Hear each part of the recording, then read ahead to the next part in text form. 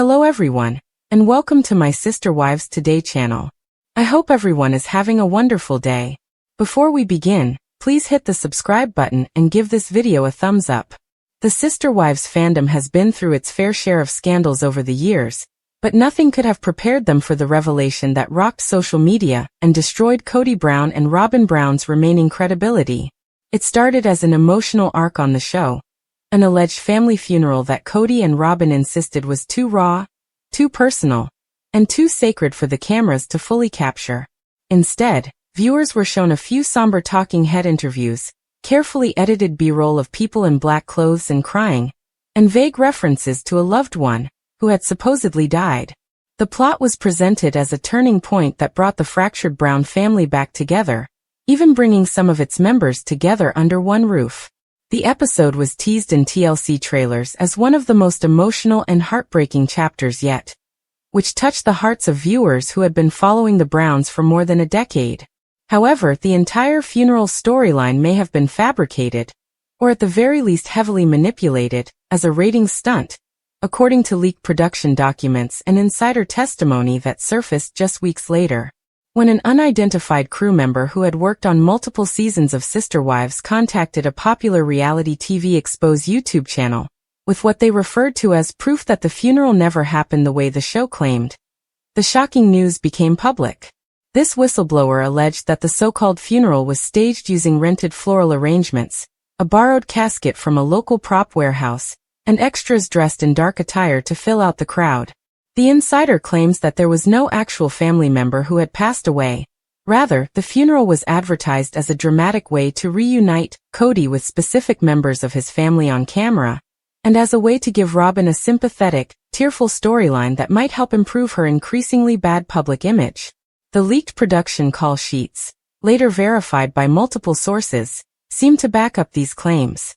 Notes about camera blocking, tear cues, and even a section on approved dialogue beats were included on one call sheet, which referred to the event as memorial scene. More damningly, several names listed on the attendees sheet matched local background actors who had also appeared in unrelated TLC productions filmed in Arizona. Fans who rewatched the episode after the leaks noticed the telltale signs. No mention of the deceased person's name, no obituary, and suspiciously little footage from the actual ceremony itself. Just slow pans over generic gravestones that could have been filmed anywhere. Although Christine and Janelle, who did not appear in the episode, initially remained silent, their absence only served to stoke speculation that they had refused to take part in a fictitious plot. An alleged source close to Christine told a tabloid that she had been approached about attending the funeral scene for the sake of the show, but she declined, calling the idea gross and manipulative. Janelle, according to the same source, expressed similar disgust and told producers she wouldn't fake grief for ratings. The public's reaction was swift and harsh. Demands for clarification and accusations that the network had crossed a moral line were poured into TLC's social media accounts by viewers. One angry fan tweeted, "Grief is not a storyline," which received thousands of likes. "I've been watching since the first season, but this is beyond unethical," wrote another. "Using death as a prop for drama? Kody, shame on you. Shame on you, Robyn. Shame on TLC." A close-up of a white lily arrangement, a slow-motion clip of pallbearers' feet, and even a brief shot of mourners embracing in the rain all matched stock footage that could be found online, adding to the backlash. The fact that these pre-made clips had been used in other reality shows supported the idea that the season's emotional centerpiece had been made up of shards of footage rather than genuine moments. Kody and Robyn appeared together on a local Arizona radio show in the days following the expose to try to address the rumors without directly confirming or denouncing them. Kody rambled about respecting the privacy of the family and only sharing what was appropriate, while Robyn, through visible tears, insisted that the emotions were real, even if not every detail could be shown. However, their evasive and defensive responses only stoked the fire.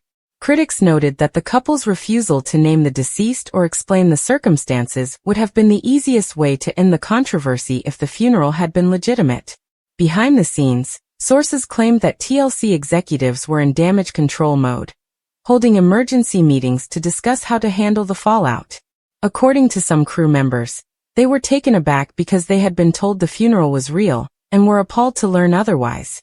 One production assistant reportedly quit over the incident, telling friends they couldn't be part of manufacturing grief anymore. On social media, Christine and Janelle's subtle responses only served to exacerbate the situation. Janelle shared a quote about integrity and the truth always coming to light, and Christine captioned a cryptic Instagram story of herself drinking tea. "Some things don't deserve my tears." Both posts were interpreted by fans as veiled references to the funeral scandal. Theories covering every facet of the controversy exploded in Reddit threads and Facebook fan groups. Some people thought that Kody and Robyn had planned the stunt all on their own to get people to sympathize with them. Others thought that TLC had forced it as a last-ditch attempt to get TLC's ratings up. More insiders began to speak out as the controversy became more heated. The funeral storyline was one of the most heavily edited sequences in Sister Wives history, according to an anonymous former TLC editor, and certain shots had been repurposed from unrelated events. They also claimed that producers had encouraged Robyn to dig deep into her emotions on camera, telling her that this could be her turning point in winning back fan support.